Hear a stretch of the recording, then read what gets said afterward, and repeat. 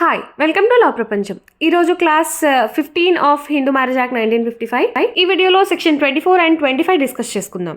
Section 24 is maintenance pendant light and expenses of proceedings.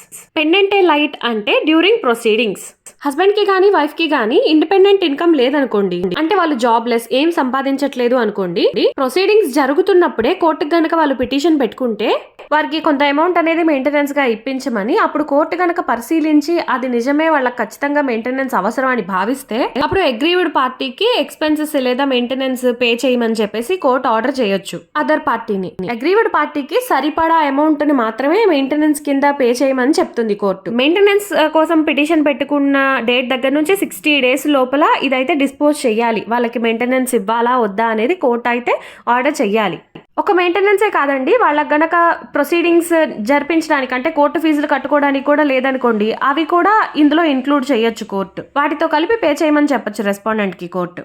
Then section 25 permanent alimony and maintenance. One of the very important sections of this act అండి. ఇక్కడ permanent alumni అంటే ఒక్కసారిగా ఇచ్చే amount, అంటే one time settlement లాగా. అయితే permanent alumni కోసం కానీ మెయింటెనెన్స్ కోసం కానీ ఎయిదర్ ఆఫ్ ద పార్టీ గనక పిటిషన్ పెట్టుకుంటే కోర్టుకి, కోర్టు అది డిక్లేర్ చేసేటప్పుడు కొన్ని విషయాలు గమనిస్తుంది. మెయింటెనెన్స్ ఇష్యూ చేయడంలో అతని ఇన్కమ్ సోర్స్ ఏంటి, జాబ్ ఏంటి, అతనికి ఎంత ప్రాపర్టీ ఉంది, అదర్ ఫైనాన్షియల్ క్రైసిస్ లేదా ఇంకేదన్నా ఇన్కమ్ బేస్ ఉందా, ఇలాంటివన్నీ పరిశీలించి మెయింటెనెన్స్ ఫిక్స్ చేయడానికి కానీ ఇష్యూ చేయడానికి కానీ కోర్టు డెసిషన్ తీసుకుంటుంది.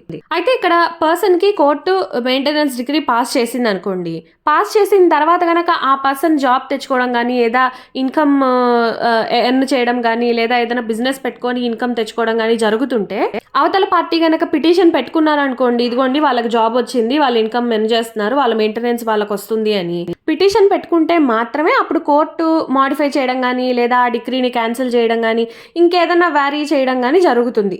ఆర్ఎల్స్ కోర్టు మెయింటెనెన్స్ డిగ్రీ పాస్ చేసిన తర్వాత ఎవరికైతే పాస్ చేస్తుందో వాళ్ళు గనక మ్యారేజ్ చేసుకోవడం కానీ లేకపోతే సహజీవనం చేయడం కానీ లేదా sexual inter course with other person కానీ జరిగినట్లయితే అప్పుడు మెయింటెనెన్స్ని క్యాన్సిల్ చేసేదానికి కానీ మాడిఫై చేసేదానికి కానీ లేదా ఇంకేదైనా చేంజెస్ చేసేదానికి కానీ అవకాశం ఉంటుంది కోర్టుకి.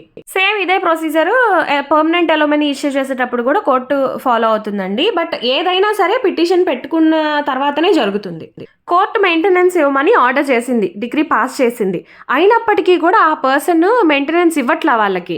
అలాంటప్పుడు ఈ పర్సన్ ప్రాపర్టీ ఉంటుంది కదా, ఇమ్మూవబుల్ ప్రాపర్టీ, దాన్ని జప్తు చేయడం కానీ దాని త్రూ ఆ పర్సన్కి అవతల పర్సన్కి మెయింటెనెన్స్ ఇప్పించడానికి అవకాశం ఉంటుంది కోర్టు.